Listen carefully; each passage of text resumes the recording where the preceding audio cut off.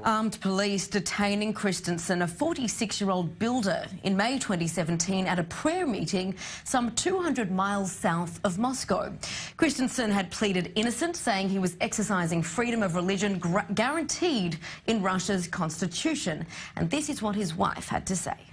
The Constitution says one thing, that we have full rights to freely gather and freely practice our religion, but in reality, it's not the case. And the Jehovah's Witness Israel representative, Alex Fredrickson, joins me in studio. Alex, great to have you with us. Thank you for having me. So, what do you make of the fact that Russia has classed Jehovah's Witness as an extremist group? Well, I'm very saddened of this great misrepresentation of Jehovah's Witnesses. We are not extremists. Why do you think that they've classed it as such? Well, it really surprises me. I don't really know why. Jehovah's Witnesses around the world were registered in over 180 countries as a registered religion. We're known for being good citizens, peaceful people. We want to help the community. So I don't understand why we're being treated this way in Russia. But what do you understand as the perceived threat? Of course, you're saying that you're there to do no harm, but there's obviously a sense of threat by Russia that they are classing it as an extremist group. What's your understanding of that? Well, again, it's very, it's hard to understand. And even I feel the Russian government doesn't understand why. Right now on the Kremlin website, you can read a quote from Vladimir Putin. He's quoted as saying he doesn't understand why Jehovah's Witnesses are being labeled as extremist. And it just shows there's a problem in the law on extremism there. The way the law is written, it's written in a very broad way that allows really anyone to be labeled as extremists. Now, I understand that this is not new for Jehovah's Witnesses in Russia. In fact, it goes back to the Soviet era. That's correct. I was going to bring this up, too, that this is not new for Jehovah's Witnesses in Russia. In the Soviet era, because Jehovah's Witnesses are neutral in politics, they refused to get involved in the Communist Party. And for that, they were put on boxcars and sent to Siberia to work camps. Mm-hmm.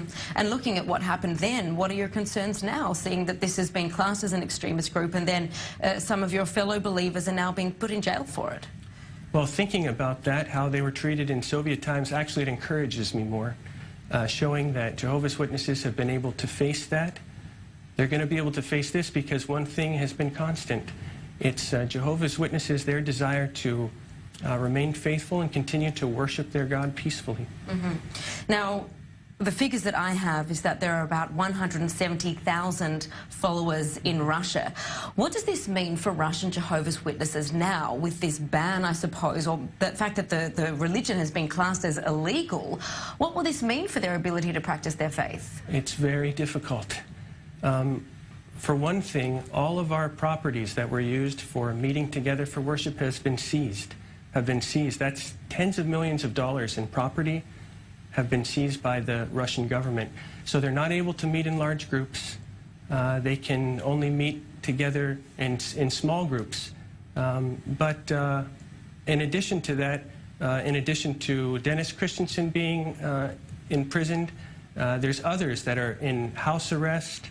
There's ones that their travel documents have been taken, and so they're not able to leave the area, all because they're being labeled extremists. Mm-hmm. Additionally, there's been many raids on homes and searches on homes. I think over 260 families have experienced raids on their homes, sometimes in the middle of the night. Imagine this. You're awakened by a bang on the door by masked officers with guns at midnight. They come into your home, search everything you have, take your electronic devices, your travel documents, and they're there for hours. So this is what some are having to face, but again, we're confident that Jehovah's Witnesses in Russia, they have a strong desire to continue to worship Jehovah faithfully and peacefully. Despite the fact that it might land them in prison, and Dennis Christensen's sentence was 6 years. So what happens after those 6 years? He's released back into the public, and then what? Well, we're hoping that this is not the end. They've rendered a decision, but we will appeal. So we are hopeful that we can use the legal means to appeal it and that it will be reversed in the appeals court.